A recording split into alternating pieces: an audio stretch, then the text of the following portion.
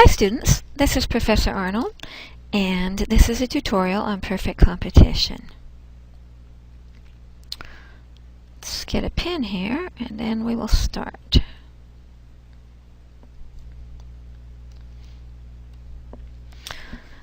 So we're going to look first at a couple graphs, one for a perfectly competitive industry, and the second for the perfectly competitive firm within that industry. And we're learning 4 industry types in this course: perfect competition, monopoly, monopolistic competition, and oligopoly. And different products belong to different industry types. And a perfectly competitive firm, or perfectly competitive product, and therefore a perfectly competitive firm, is a price, what we call a price taker. What that means is an individual firm has no ability to set the price of their product. In the case of perfectly competitive firms, the market is huge, basically. So right here we've got, this is going to be the market for corn. And millions of bushels of corn sold. And an individual firm, whether they come or go, would make pretty much no difference at all to the supply curve because there's so many firms. So even if one individual firm exited the market, the price on the product would not change away from, in this case, $6. We'll talk a little bit more about what it means that they're a price taker, but first let's go to number 2 and number 3. Number 2 is homogeneous product. What we mean is that the purchaser cannot tell your product from your neighbor's product or from the next seller of the product. And that's very true in the market for corn, and we're talking about now corn from the farm, straight off the farm, at that level. And Farmer Susan's corn looks just the same as Farmer Lisa's corn. So the product is homogeneous. That is one of the main reasons a firm is a price taker. If you lower your price from Farmer Lisa's, all they have to do is walk next door and buy hers. Number 3 is easy entry and exit. So compared to other products, it's relatively easy to get in or out of the corn farming business. If the price isn't good, the next year the farmer just plants something different. If the price is really good, the farmer just stops planting something different and starts planting corn again. So it's interesting, when I drew this graph, I thought $6 bushel of corn, what does it really cost today? And so I looked it up on the internet, and today is actually November 5th, 2009, and we've got it costing 376.5 cents per bushel. 376, so actually it's a little closer to $4 a bushel. So I've got some high-priced corn here. So in the industry, we've got the supply and the demand looking pretty much like any other supply and demand curve you have. Downward sloping demand reflects the fact that for purchasers of corn, if the price is, say, $10, we only want to purchase 1 million bushels. If the price is $2, we're going to purchase 5 million bushels. But again, for an individual firm, wherever the equilibrium happens to be, it's the price that they have to charge. So Farmer Lisa pretty much has to charge $6 a bushel and no more. This is a perfectly elastic demand curve. It's basically telling you that if she even charges $6.01, she won't sell it. Why not? Her product is homogeneous. Somebody can go buy an identical product for $6. Can she sell for as much as she wants for $5, $4, $3, $2, $1? Sure. But why would she? Because she can sell just as much for $6. She can sell as much as she wants for $6. We don't only call this the demand curve, we also call it the marginal revenue curve. And in not every situation, in the other three industry types we're studying, the demand and the marginal revenue curve will not be the same line. But let me show you how to calculate marginal revenue, and we'll see why it is here. So marginal revenue is equal to the change in total revenue with one additional unit of output. So let's just pretend this is not thousands, just so we can make the math easy. So the total revenue for selling one is selling one quantity equals 1. The total revenue equals 1 times the $6. If we sell 2, the total revenue is 2 times 6 equals 12. So what is the change in total revenue there? The change in total revenue there was $6. If the quantity is 3, the total revenue is 3 times 6 equals 18. Again, the change in the total revenue was $6. So we'll plot our marginal revenue and we get $6, $6, $6. So it becomes the same as the demand curve. So if we can get $6 for pretty much selling as much as we want to sell, the question is, how much do we want to sell? What is the profit maximizing level of output? And upon first glance, it would be easy to say, well, absolutely as much as we can.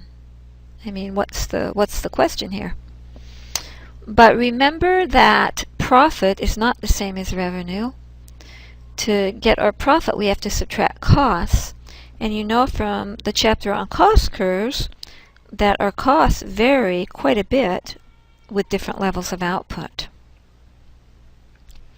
So here's a set of cost curves. There's our marginal cost. There's our average total cost. Here's our average variable cost. And we have actually a pretty simple formula for figuring out how much we should produce to maximize our profit. And we call it our profit maximizing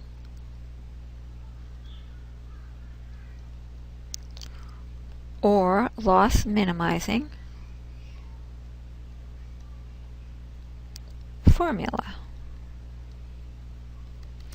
And it is that we should produce where MC equals MR.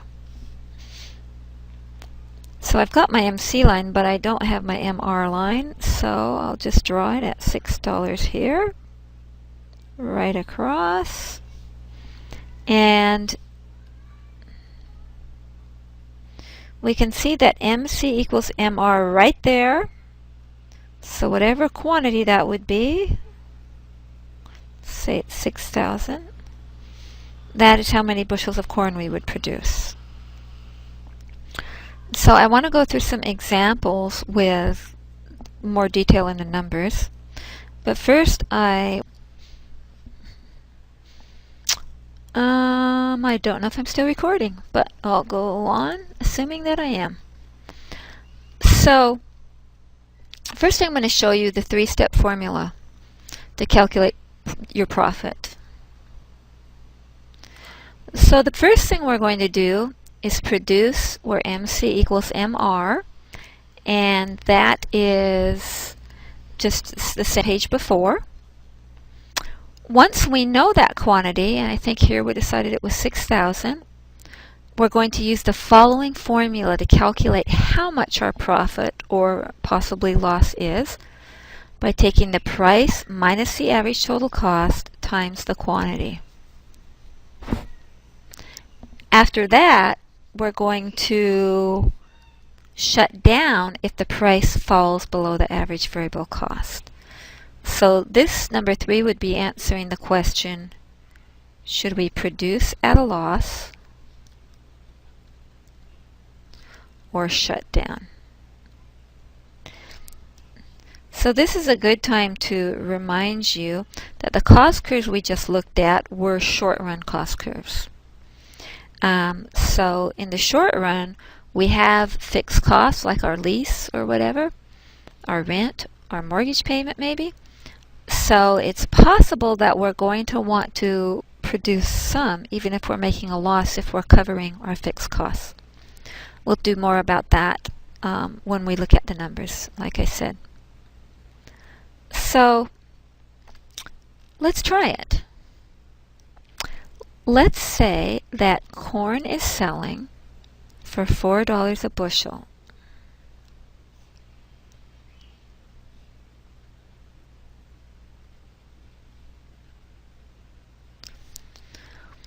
Our first step is to produce where MC equals MR. So that is right there.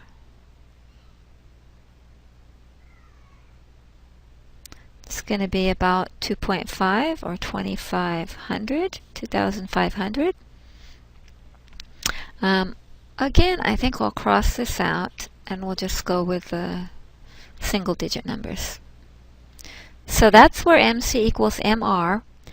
After that, what I want to do is I want to draw, once I have this quantity of 2.5, the easiest way to do this is to actually draw the dotted line all the way up through all the other curves. So I want to calculate my profit or my loss. And that, remember to do that, was price minus average total cost times quantity. So the price is $4. The average total cost, if I'm producing 2.5, is all the way up here. It's $8. And the quantity we were talking about, remember, is 2.5. So negative 4 times 2.5. I've lost $10. I guess I am going to have to go on to step 3 here. If I was calculating a profit, I wouldn't have to worry about it. But I have to see if my price that I'm getting is actually below the average variable cost curve. The average variable cost curve right here looks like the variable costs per each unit of output are maybe close to $5. So absolutely, I need to shut down. If I was to stay in business, as you can see, I'm going to lose $10. If I was to shut down, I would still lose some money, but I would actually lose less. I would lose less because the amount between 0 and the average variable cost curve is my average fixed costs. And you can see that I'm not even covering my average, the amount between the average variable and the average total is my average fixed cost. And so you can see I'm not even covering my average variable costs. So I need to shut down, even though I'll still be paying my average fixed costs.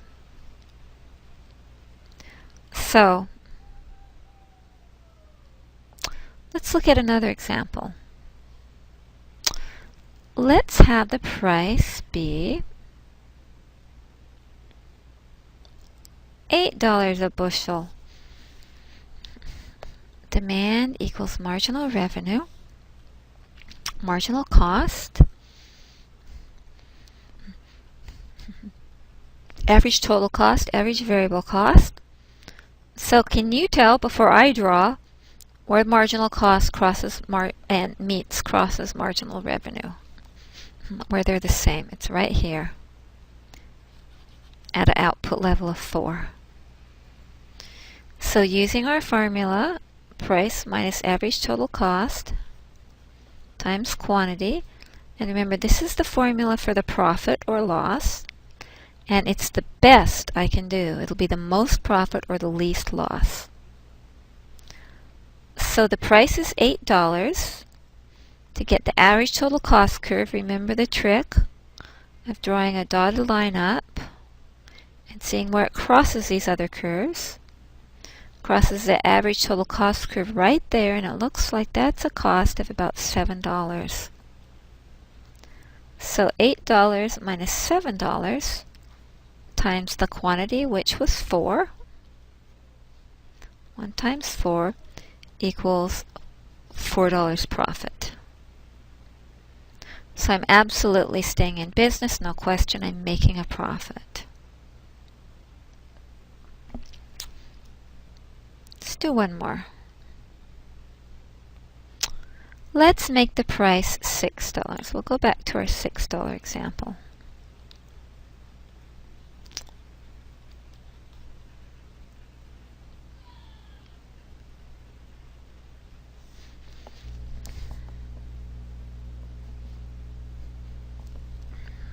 So our profit maximizing point, where MC crosses MR, is about 3.25, 3 1/4.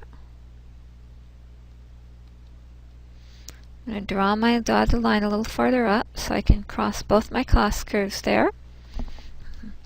So I'm going to calculate the price, 3.25, and I need to subtract my average total cost, and it looks like my price, $6. And I'm going to calculate my average total cost, $7. I'm going to multiply it by the quantity, 3.25. 1 times 3.25, so I'm losing $3.25 here. So now I have to, again, since I'm losing money, go to step 3 to figure out if I should shut down. So I should shut down if the price is below the average variable cost. You can see in this one that the average variable cost is actually below the price. It looks like it's about $5, so I'm going to stay in business and operate at a loss in the short run. Again, that's because I have fixed costs I have to cover, and here they are. They're this distance vertically. So you can see I'm making some progress towards them. I've covered my average variable cost down here, contributing a little towards my fixed costs here, not fully. So let's talk about how this price changes then. Because I've said that we're price takers, an individual firm is. This equilibrium is $6. We're going to quote unquote take the price of $6, an individual firm is. So this is the market for corn industry. And this is the market for corn individual firm. So all the things that can shift a supply and a demand curve that you learned about earlier, the supply or demand shifters or the determinants of supply and demand, will affect this graph. Even though if one firm leaves the market, it's not going to make any difference. If half the firms leave the market, it will absolutely shift supply. In this case, it shifted the supply all the way back this far enough to make the price per bushel $8. So the firms left will now be making a price not of $6, but of $8. The demand for corn has grown dramatically in the last few years because of its use for ethanol. If we're there, assume the supply curve hasn't shifted. Our new equilibrium looks like it's about $9. So corn costs $9. Now, let's erase these for a minute and talk about the idea of easy entry and exit. You remember that was one of the particular attributes of a perfectly competitive firm. And what easy entry or exit assures is that no firm is truly making what we call supernormal profits or economic profits.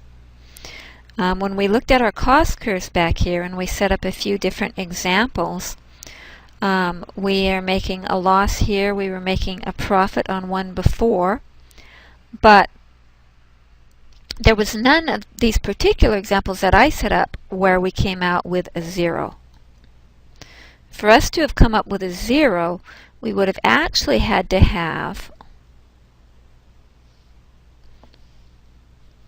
the price,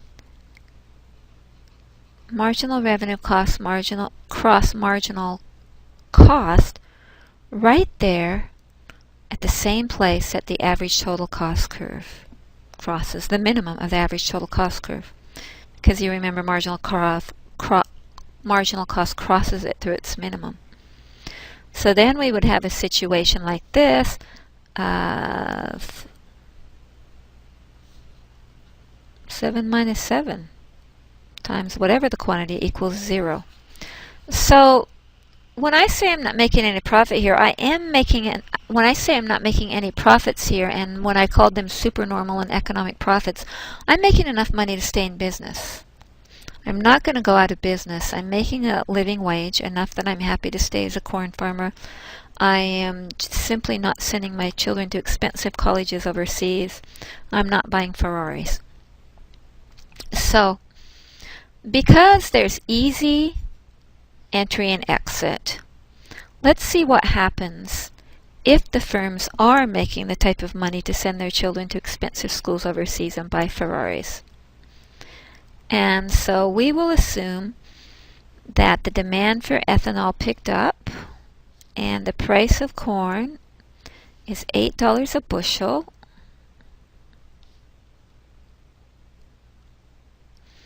And we're going to assume that marginal cost is going to cross marginal revenue at a quantity of 3.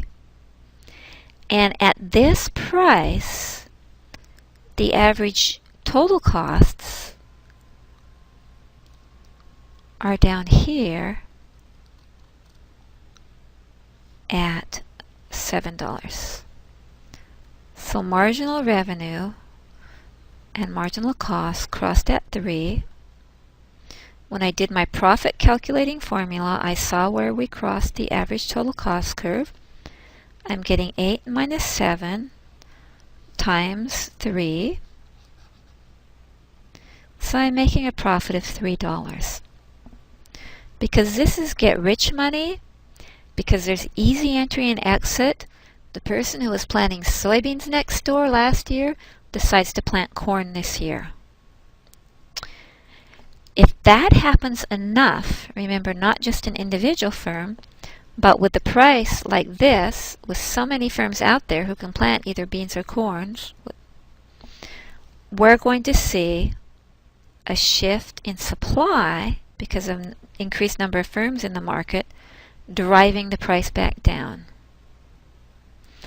So I actually drove it down a slight bit farther than I wanted to drive it down. Let me change that.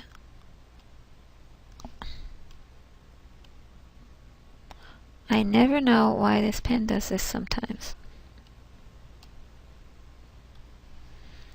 Let me actually just drive it down this much. So I'm going to drive it down to about $7. So the price is now going to be $7. So now my new MR curve is at $7. So MC crosses MR at $7. That's the exact same place the ATC curve is. And so we end up now 7 minus 7 times, looks like about 2.5, but it doesn't matter because it equals 0. So if we're making economic profits, firms will come into the market and drive the price down. If firms are operating at a loss, the opposite will happen. Firms will leave the market and drive the price back up until everybody's making breaking even. So please go through this as many times as you want. Drop me a line, an email, or post to the discussion board if you still don't understand it. Be sure to read it thoroughly in your book as well. Bye-bye.